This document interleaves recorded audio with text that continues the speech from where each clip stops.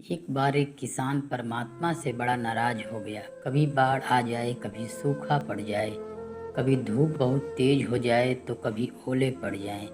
हर बार कुछ न कुछ कारणों से उसकी फसल थोड़ी खराब हो जाती थी।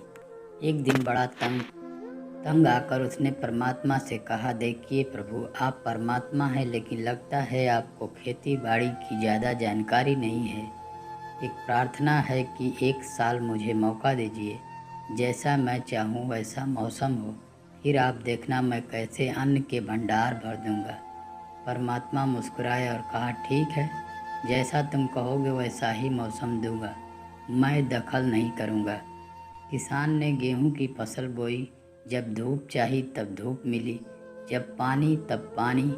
तेज धूप, ओले, बाढ़, आंधी तो उसने आने ही नहीं दी। समय के साथ फसल बढ़ी और किसान की खुशी भी, क्योंकि ऐसी फसल तो आज तक नहीं हुई थी।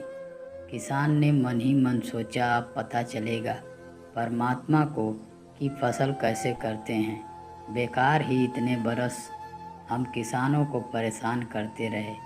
फसल काटने का समय भी आया। किसान बड़े गर्व से फसल काटने गया, लेकिन जैसे ही फसल काटने लगा, एकदम से छाती पर हाथ रख कर बैठ गया। गेहूं की एक भी बाली के अंदर गेहूं नहीं था। सारी बालियां अंदर से खाली थीं। बड़ा दुखी होकर उसने परमात्मा से कहा, प्रभु, ये क्या हुआ?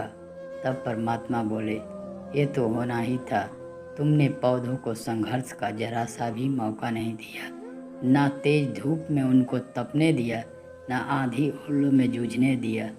उनको किसी प्रकार की चुनौती का एहसास जरा भी नहीं होने दिया। इसलिए सब पौधे खोखले रह गए। जब आंधी आती है, तेज बारिश होते हैं, ओले गिरते हैं, तब पौधा अपने बल से ही खड़ा रहता है। वो अपना अस्तित्व बचाने का संघर्ष करता है, और इस संघर्ष से जो बल पैदा होता है वही उसे शक्ति देता है, ऊर्जा देता है, उसकी जीवटता को उभारता है।